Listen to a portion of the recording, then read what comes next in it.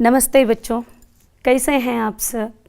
आशा है बड़े उत्साह के साथ आप अगली कक्षा का इंतज़ार कर रहे हैं, है ना। ऐसा क्या देख रहे हैं इस चित्र में? बिल्कुल सही पहचाना आप लोगों ने।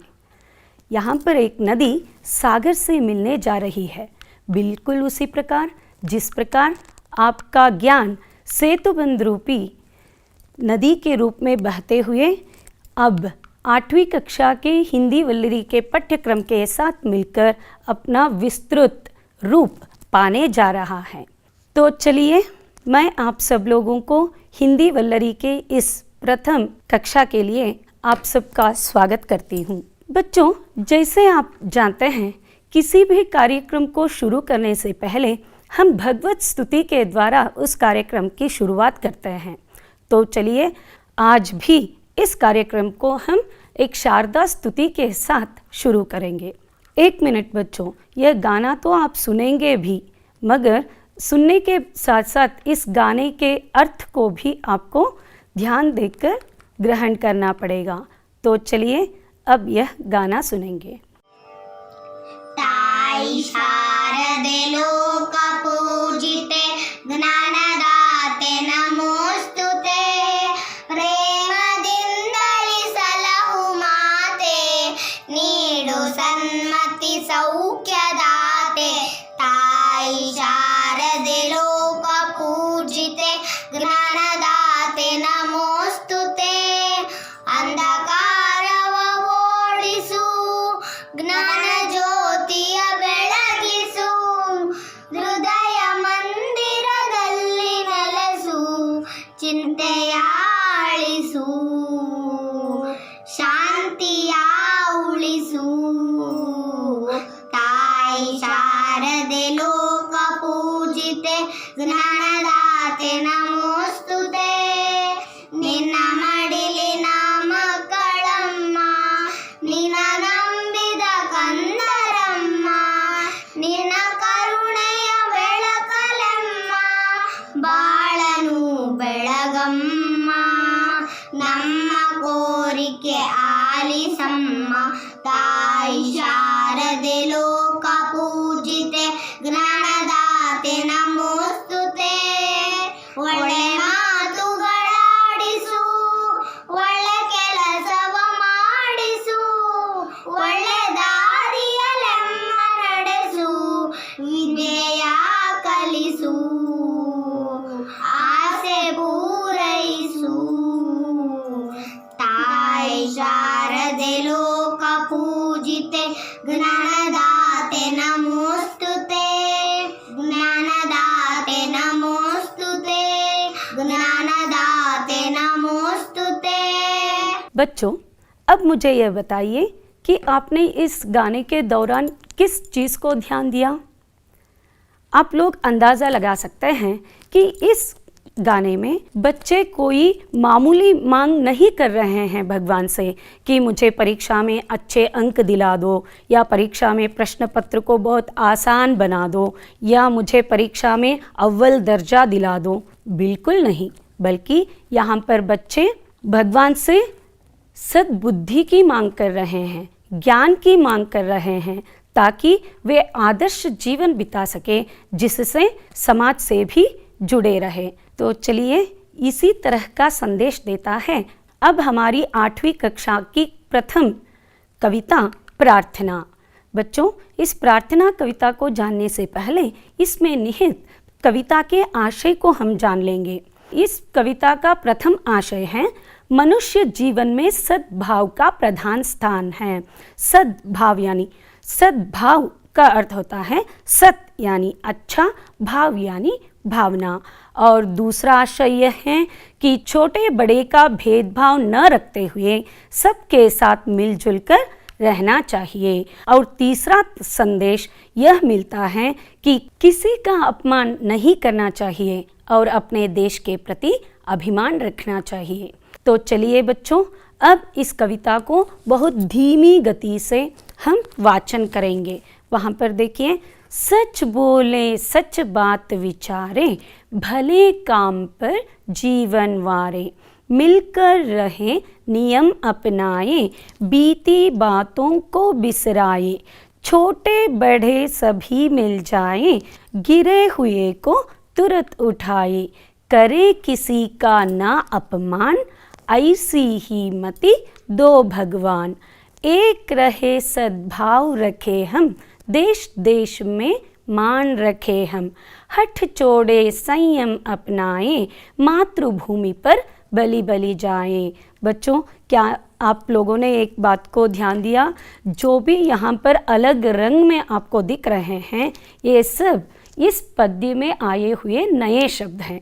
बच्चों, अगर इसी तरह हर एक पद्य और गद्य पढ़ते समय आप नए शब्दों को रेखांकित कीजिएगा, रेखांकित यानी अंडरलाइन, और उसका अर्थ अपनी मातृभाषा में या हिंदी के ही समानार्थक शब्दों के साथ लिखते जाइएगा, तो आप अपने अध्यापकों से यह निरीक्षण बिल्कुल भी नहीं रखेंगे कि वे पूरे गद्यांश को या पूरे पद्य को मातृभाषा में या अन्य भाषा में रूपांतरित करके आपको समझाए। तो चलिए इस कविता में युक्त कुछ नए शब्दों को हम जान लेंगे। यहाँ पर देखिए, वारना, मति, बिसराना, तुरंत।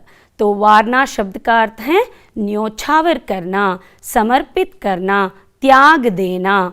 मति शब्द का अर्थ है बुद्धि यानी ज्ञान। बिसराना इस शब्द का अर्थ है भुला देना। तुरंत शब्द का अर्थ है तुरंत, जल्दी। और कुछ शब्दों को अब हम देखें। मान, शोक, अपमान, हठ। मान शब्द का अर्थ है मर्यादा। शोक शब्द का अर्थ है दुख। अपमान शब्द का अर्थ है तिरस्कार, अनादर। हठ शब्द का अर्थ है जिद। तो बच्चों, अब हम एक एक पंक्ति और एक एक चरणों का अर्थ समझें। पंक्ति का अर्थ है सालू, लाइंस। चरण का अर्थ है जिसे आप स्टैंजा कहते हैं अंग्रेजी में, और वह हिंदी में चरण होगा। तो चलिए, पहला चरण यह है कि सच बोले, सच बात विचारें, भले काम पर जीवन वारे। हमें क्या बोलना चाहिए? हमेशा सच ही बोलना चाहिए। किस तरह के विचार रखने चाहिए? सच्ची विचार रखने चाहिए। अगर विचार सच्चे होंगे तो बात भी सच ही आएगी। सच शब्द का अर्थ है सत्य, और सत्य शब्द का विरुद्धार्थक शब्द क्या होगा? असत्य। उसी प्रकार सच शब्द का विरुद्ध अर्थ वाला शब्द है झूठ। भले काम पर जीवन वारे। भले शब्द का अर्थ है अच्छा। भले काम पर यानी अच्छे काम करते हुए हम जीवन को ही समर्पित कर दे। वारे शब्द का अर्थ है त्याग देना, समर्पित करना। बच्चों, क्या आप लोगों ने राष्ट्रपिता महात्मा गांधी जी और लौह पुरुष सरदार वल्लभ भाई पटेल जी के जीवनी को जाना है? अगर आप पढ़ेंगे उनके बारे में, ज़रूर आपको पता लगेगा कि व्यक्तिगत जीवन में, व्यक्तिगत यानी वैयक्तिक जीवन में, वे जितने सच्चाई के मार्ग पर चलते रहे, उसी तरह सामाजिक तौर पर और राष्ट्रीय तौर पर सच्चाई के मार्ग पर ही चलकर इन्होंने भारत को आज़ादी दिलाने में सफलता पाई। बच्चों, जैसे गांधी जी के जीवन में घटित बहुत सारी घटनाओं से आप परिचित हैं। वे एक दो बार उन्होंने गलती तो किया, मगर तुरंत उसे सुधारने की कोशिश भी की। सुधारना यानी तिद्दीकुल्लोदु। गलती करना साधारण बात होती है बच्चों, लेकिन की हुई गलती को सुधारना बहुत बड़ी बात होती है। एक बात है, जो गलती न करे उसे भगवान कहते हैं। जो गलती ना करे उसे भगवान कहते हैं। जो गलती करके पछताए उसे इंसान कहते हैं। पछताए यानी पश्चाताप करें। इंसान यानी मनुष्य। जो गलती करने के बाद पश्चाताप करें उसे मनुष्य कहते हैं। जो गलती पर गलती ही करे उसे शैतान कहते हैं। शैतान यानी राक्षस।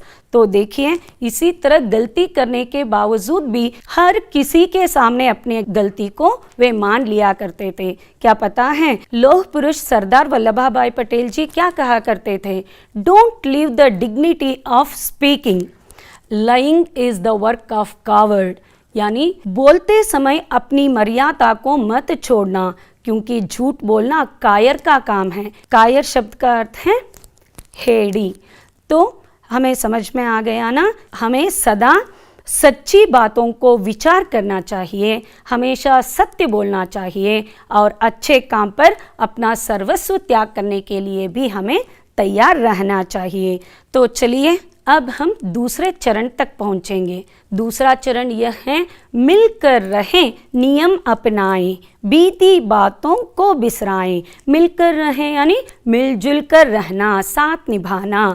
नियम अपनाएं, नियमों का पालन करना। बीती बातों को यानी बीत गई बातें, पुरानी यादों को बिसराएं। बिसराए शब्द का अर्थ है भूल जाए। देखिए बच्चों, भारत विविधता में एकता को समर्थन करने वाला देश है। यहाँ पर बहुत सारे धर्म, जाति, पंथ, भाषा, बोली, विभिन्न रूप के संप्रदाय, रीति रिवाज यानी पद्धतियाँ अपनाने वाले, विभिन्न तरह के त्योहारों के मनाने वाले लोग हैं। लेकिन भारत की सार्थकता तब ही है जब ये सब विभिन्नता वाले लोग साथ मिलकर चलते रहे। तो बताइए बच्चों, नियम कहाँ नहीं होते? घर में हैं तो माता पिता नियम बनाते हैं, पाठशाला जाएंगे तो पाठशाला में शिक्षक आपको नियम बनाएंगे, राज्य के स्तर पर राज्य प्रशासन यानी एडमिनिस्ट्रेशन, राष्ट्र के स्तर पर राष्ट्र प्रशासन, अंतर्राष्ट्रीय रूप में भी कुछ संस्थाएं नियमों को बनाते हैं। तो हमारा कर्तव्य यही है कि हर पग पर, पग यानी हेज्जे, हर पग पर अगर हम नियम अपनाएंगे तो अपने आप को अनुशासन में ढलते जाएंगे। अनुशासन शब्द का अर्थ है शिस्तु, डिसिप्लिन, अपने आप को अनुशासित बना सकेंगे। तो इतने सारे लोग हैं, इतनी बड़ी जनसंख्या और विभिन्नता के साथ साथ हमें छोटी छोटी तो हो ही जाती है, लेकिन हमारा महान गुण यही होना चाहिए कि हम छोटी छोटी बातों को भूल जाएं। तो चलिए बच्चों, अब हम अगले चरण तक पहुंचेंगे। तो अगला चरण यह है कि छोटे बड़े सभी मिल जाएं, गिरे हुए को तुरंत उठाए। यहाँ पर छोटे बड़े का अर्थ है शासन करने वाले और साधारण नागरिक, अमीर, गरीब, वयोवृद्ध, बच्चे, हम सब मिलकर गिरे हुए को, या गिरे हुए एक मुहावरा है जिससे हमने पिछली कक्षा में जाना था। गिरे हुए यानी जो कष्ट में हैं, जो मुसीबत में हैं, उन्हें तुरंत उठाए। तुरंत शब्द का अर्थ है तुरंत। सब मिलकर जो मुसीबत में है उन्हें उठाए। उसी प्रकार जिस प्रकार आप कक्षा में लिखते समय अगर आपका कोई दोस्त लिखने में थोड़ी धीमी गति निभाए तो आप उसे प्रेरणा देंगे ना कि जल्दी लिखो। तो इसी तरह सभी लोग मिलकर जो मुसीबत में है उनका साथ देंगे तो समाज समान स्तर पर आगे बढ़ता जाएगा। बच्चों, चलिए हम एक घटना से परिचित करेंगे अपने आप को। ये हैं डॉक्टर अवुल फकीर जैनुलाब्दीन अब्दुल कलाम जी। आप लोग इनके बारे में यह बात तो बहुत अच्छी तरह से जानते हैं ना कि ये जब कभी किसी भी शहर में जाए सबसे पहले वे पाठशाला के बच्चों से मिलने जाया करते थे। उन्हें बच्चों से मिलना बहुत पसंद था। इसी तरह ये गुजरात राज्य के आनंद नगर की पाठशाला में गए। वहाँ पर बच्चों के साथ इन्होंने चर्चा करना शुरू की। चर्चा करते समय उन्होंने बच्चों से पूछा कि who is the enemy of India. तो इस प्रश्न को सुनते ही बच्चों ने थोड़ी देर सोचा और एक ने कहा पाकिस्तान, दूसरे ने कहा चीन और तीसरे ने कहा अमेरिका। हर कोई एक एक नाम देता था, लेकिन आखिरी कतार में बैठी हुई एक लड़की, आखिरी कतार यानी कन्हैया सालू, लास्ट बेंच गर्ल, तो वह तुरंत उठ खड़ी हुई और कलाम सर से कहा कि sir, illiteracy and poverty are the greatest enemies of India. यानी निरक्षरता और गरीबी भारत देश के शत्रु है। उस लड़की का नाम था स्नेहल ठक्कर। तो इस बच्ची की बातों ने कलाम जी के हृदय पर इतना गहरा प्रभाव डाल दिया कि उसी दिन Kalam ji ignited minds unleashing the power within India नामक एक किताब को लिखना शुरू कर दिया। आप भी इस किताब को पढ़ने की कोशिश कीजिएगा। इसमें भारत देश को गरीबी से कैसे मुक्त करें, इससे संबंधित बहुत सारी चीज़ें इस किताब में हैं। क्या आप लोग जानते हैं कि इस किताब के पहले पन्ने में कलाम जी यही लिखा करते हैं कि this book is dedicated to the girl Snehal Thakkar. और यह है स्नेहल ठक्कर जो कलाम जी की प्रेरणा के बाद ये अब भी भारतीय व्यावहारिक विभाग में कार्यरत हैं। तो चलिए बच्चों, इसी के साथ हम अगले चरण तक जाएंगे। करे किसी का ना अपमान, ऐसी ही मति दो भगवान। अपमान यानी तिरस्कार, दूसरों को अपमानित करना। मति शब्द का अर्थ है बुद्धि। तो भगवान से बच्चे यही प्रार्थना कर रहे हैं कि हे भगवान, हमें और कुछ नहीं चाहिए, सिर्फ इतनी अच्छी बुद्धि दे दो ताकि हम दूसरों को अपमानित ना करें।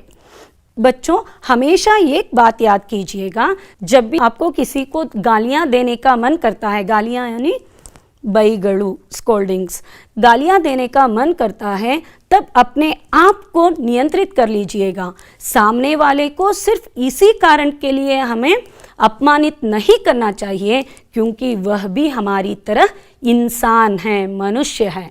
तो बच्चे यहाँ पर भगवान से इसी तरह की एक बुद्धि की मांग कर रहे हैं। तो बच्चों, क्या आप इन महान पुरुषों के संदेशों से परिचित हैं? इन दोनों ने अपने तत्वों को और अपने तथ्यों को सारे विश्व में प्रसार किया, लेकिन कभी भी किसी दूसरे राष्ट्र या किसी दूसरे तत्व वालों को कभी भी इन्होंने अपमानित भी नहीं किया और विरोध भी नहीं किया। तो चलिए बच्चों, अब हम अगले चरण तक जाएंगे। एक रहे सद्भाव रखे हम, देश देश में मान रखे हम। सद्भाव शब्द का अर्थ है सच्ची भावना। तो हम सब एक साथ मिलकर रहे और देश देश में मान रखे। जैसे कि आप देखिए विश्व पटल पर जिस प्रकार भारत देश का नाम और भारत देश की नक्शा विराजमान है, इसी तरह अब हम इन सब सद्गुणों के साथ विश्व पटल पर भारत देश की कीर्ति को उजागर करना चाहिए। तो चलिए बच्चों, अब हम अगले चरण तक पहुँचेंगे। हठ छोड़ें संयम अपनाएं, मातृभूमि पर बलि बलि जाएं। हठ शब्द का अर्थ है जिद, जिद यानी हठा। संयम, संयम शब्द का अर्थ है तालमेल। तो कवि हमें यही संदेश देते हैं कि हम अपने हट करने की बुद्धि को छोड़ दें और संयम को अपनाएं, यानी क्रोध ना करें। तो और इन सब सद्गुणों के साथ मातृभूमि पर बलि बलि जाए। बलि बलि जाना शब्द का अर्थ है न्योछावर करना, बलिदान करना। जब भी मातृभूमि की रक्षा और मातृभूमि की प्रतिष्ठा की बात चलेगी तो भारत कभी भी डॉक्टर B.R. अम्बेडकर और सुभाष चंद्र बोस जी का नाम बिल्कुल नहीं भूल सकता, क्योंकि डॉक्टर B.R. अम्बेडकर जी ने तो बचपन से अपने पर होने वाली सभी कमियों को संयम के साथ स्वीकार किया और अपने आप में एक शक्ति को बढ़ाते चले। और सुभाष चंद्र बोस जी ने तो विदेशों के आक्रमण को बहुत नज़दीकी से देखा और संयम से उसे सहा। बाद में एक क्रांतिकारी के रूप में अपने आप को प्रदर्शित किया, जिसका फलस्वरूप यही निकला कि भारत स्वतंत्र है और भारत ने एक बहुत प्रतिष्ठित संविधान को अपनाया है। बच्चों, क्या आप लोग यह जानते हैं कि सिर्फ अंबेडकर जी ही एक ऐसे व्यक्ति हैं जिन्होंने बहुत सारी शताब्दियों तक भारत में से 12 से भी अधिक, 12 यानी 12 से भी अधिक उपाधियों को, उपाधि यानी डिग्रीज, उपाधियों को विभिन्न विश्वविद्यालयों से स्वीकार की। देख लिया ना आप लोगों ने संयम का परिणाम। जो सब व्यवस्था को सहते हुए अपने आप में एक शक्ति को बढ़ाएगा तो ज़रूर वह सिर्फ अपने जीवन के लिए ही नहीं, समाज के लिए, राष्ट्र के लिए भी वह योगदान दे सकेगा। तो चलिए बच्चों, यह था हमारा कविता का विवरण। अब इस कविता को हम सुस्वर के साथ सुनेंगे और आप भी कोशिश कीजिएगा उस बोली के साथ साथ इन अक्षरों को पहचाने, शब्दों को पहचाने और इनमें निहित हिज्जों को, हिज्जे यानी स्पेलिंग्स, हिज्जों पर भी आप ध्यान दें। सच बोले सच बात विचारे, भले काम पर जीवन वारे। सच बोले सच बात विचारे, भले काम पर जीवन वारे। मिलकर रहे नियम अपनाए, बीती बातों को बिसराए। मिलकर रहे नियम अपनाए, बीती बातों को बिसराए। सच बोले सच बात विचारे, भले काम पर जीवन वारे। सच बोले सच बात विचारे, भले काम पर जीवन वारे। छोटे बड़े सभी मिल जाए, गिरे हुए को तुरंत उठाए। छोटे बड़े सभी मिल जाए, गिरे हुए को तुरंत उठाए। करे किसी का ना अपमान, ऐसी ही मति दो भगवान। करे किसी का ना अपमान, ऐसी ही मति दो भगवान। सच बोले सच बात विचारे, भले काम पर जीवन वारे। सच बोले सच बात विचारे, भले काम पर जीवन वारे। एक रहे सद्भाव रखे हम, देश देश में मान रखे हम। एक रहे सद्भाव रखे हम, देश देश में मान रखे हम। हट छोड़ संयम अपनाए, मातृभूमि पर बलि बलि जाए।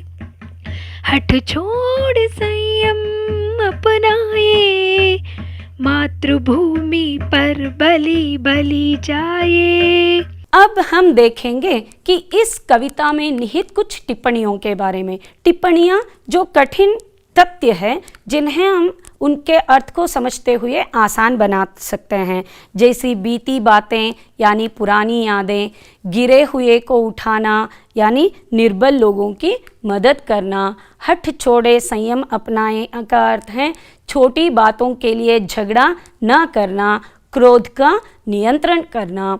तो अब हम चलेंगे नमूने के अनुसार तुक वाले शब्दों की ओर जानकारी प्राप्त करने। तुक वाले शब्द का अर्थ है प्रासपदगलु, राइमिंग वर्ड्स। बच्चों, तुक में हम दो प्रकार देखते हैं, एक है आदि तुक और दूसरा है अंत तुक, यानी अंतिम अक्षर मिलने वाले शब्दों को हम अंतिम तुक वाले शब्द कहते हैं। तो चलिए इस पद्य में नियुक्त हम तुक वाले शब्दों से परिचित करें। अपनाएं, बिसराए, विचारे, वारे, उठाए, जाए, अपमान, भगवान। तो देखिए अंतिम सारे अक्षर एक ही तुक में मिलते हैं, इसलिए हम इन्हें तुक वाले शब्द कहते हैं। तो अब हम इस कविता में निहित पंक्तियों से संबंधित कुछ खाली जगह भी भरने की कोशिश करेंगे। तो बच्चों, इसी कविता में निहित कुछ अंशों को लेकर हम अगले पड़ाव तक पहुंचेंगे। यहाँ पर कुछ वाक्य दिए जाएंगे, आपको बताना पड़ेगा ये सही है या गलत। अगर सही है तो हाँ बताइए, अगर गलत है तो ना बताइए। हमेशा सच बोलना चाहिए, हाँ या ना? हाँ, बिल्कुल सही कहा आपने, हमें हमेशा सच बोलना चाहिए। हमेशा शब्द का अर्थ है सदा। नियमों का पालन नहीं करना चाहिए, क्या कहा आपने? ना, यह भी सही है, क्योंकि हमें नियमों का पालन ज़रूर करना चाहिए। और तीसरा अंश देखिए, दूसरों का अपमान नहीं करना चाहिए। हाँ, यह बहुत ही अच्छी बात है। हमें कभी भी दूसरों को अपमानित नहीं करनी चाहिए। और चौथा वाक्य है हठ नहीं छोड़ना चाहिए। बहुत गलत बात है ना, हमें हठ ही नहीं करना चाहिए। तो बच्चों, अब हम इस कविता में निहित कुछ पंक्तियों के भावार्थ लिखने की कोशिश करेंगे। बच्चों, आपको यहाँ पर इसीलिए परिचित किया जा रहा है इसे, क्योंकि अगर आप 8वीं कक्षा से ही छोटे छोटे पंक्तियों को, पंक्ति यानी सालुगड़ू, पंक्तियों को हिंदी में सरल वाक्यों में उसका भावार्थ लिखने की कोशिश करेंगे तो 10वीं के आने तक आप हर परीक्षा में 3 अंकों के लिए अपने आप को तैयार रखेंगे, क्योंकि 10वीं कक्षा की परीक्षा में भी आपको भावार्थ 3 अंकों के लिए पूछा जाएगा। जब भी कोई पंक्तियां आपके सामने होंगी तो सबसे पहले आप वहां पर उस कविता का नाम लिखना चाहिए, बाद में उस कवि का नाम। यहाँ पर तो यह संकलित यानी संग्रहित कविता है, इसलिए संकलित लिखा गया है। और अगला स्तर यही होगा कि उस कविता के पूरे पंक्तियों के भावार्थ को यानी तथ्यों को, कॉन्सेप्ट, तथ्य शब्द का अर्थ है कॉन्सेप्ट, थोड़े शब्दों के द्वारा प्रकट करना है। जैसे यहाँ पर इस पंक्ति को पढ़िए, प्रस्तुत पंक्तियों में सद्भावनाओं के अनुसरण करने की सलाह दी गई है। Complete gist of the stanza. तो अब हम कविता के भावार्थ को देखेंगे। बच्चों, इतनी लंबी अनुच्छेद को देखकर, अनुच्छेद शब्द का अर्थ है पैराग्राफ, अनुच्छेद को देखकर आप शायद यह सोच रहे होंगे कि मैडम इतनी लंबी अनुच्छेद को लिखने के बदले क्या हम बुलेट पॉइंट्स बनाकर हम वाक्यों को लिख सकते हैं? नहीं जी, बिल्कुल भी नहीं, क्योंकि भाषा का मूल उद्देश्य यही है बच्चों कि वह हमें सरल वाक्यों की रचना करने की क्षमता को बढ़ाए। तो इसलिए आप अनुच्छेद के रूप में ही भावार्थ को लिखेंगे। जैसे आप अगर इसे पढ़ेंगे तो आपको पता चलेगा कि वाक्य बहुत ही सरल है।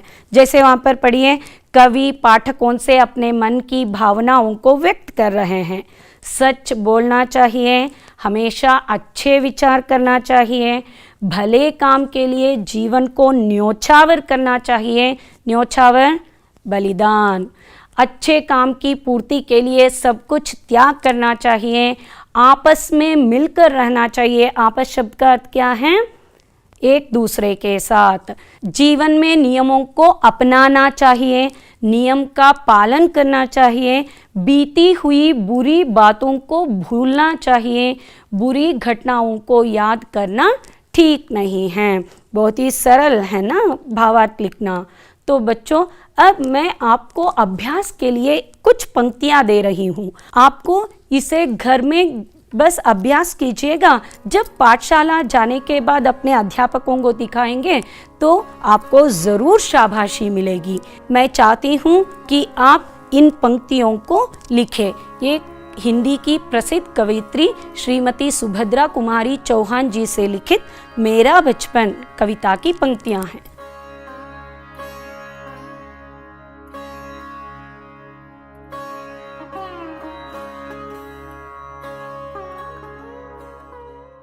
कुछ छोटी कविताएं हैं यहाँ पर। इस कविता को आप धीरे से पढ़ने की कोशिश कीजिए।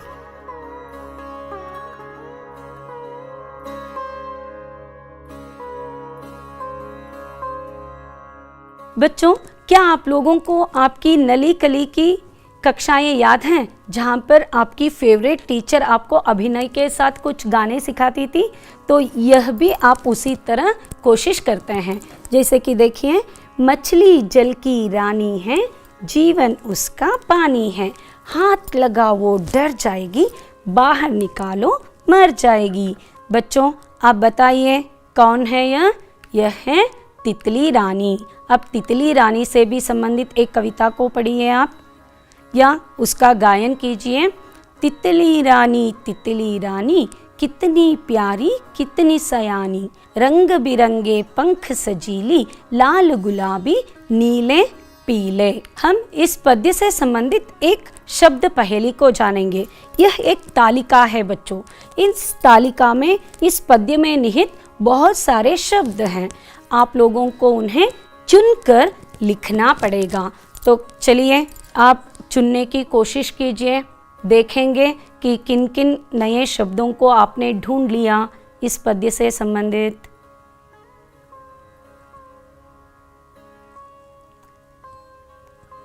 लगता है आपने सब शब्दों को ढूंढ लिया। तो चलें अब हम जांच करेंगे किन किन शब्दों को आपने ढूंढा। जीवन, मिलकर, भगवान, तुरंत, मातृभूमि और सद्भाव। तो बच्चों अब हम इस कक्षा के आखिरी पड़ाव तक पहुंच चुके हैं। तो यहाँ पर गृह कार्य के लिए आपके सामने कुछ प्रश्न हैं, आप इन्हें लिखिएगा। बच्चों आशा है कि आज की कक्षा में हमने प्रार्थना कविता से संबंधित बहुत सारी जानकारियों को प्राप्त की और इसके साथ प्रार्थना कविता में जो भाषा संबंधी तथ्य थे उन्हें भी समझने की पूरी कोशिश हमने की। जिंदगी में छाई रहे बहार, बगिया फूलों से खिलती रहे, जीवन के हर मोड़ पर आपको अखंड सफलता मिलती रहे। इसी शुभकामना के साथ मैं मंजुला अगली कक्षा के साथ फिर मिलेंगे। तब तक अपना ख्याल रखिएगा, सुरक्षित रहिए। धन्यवाद।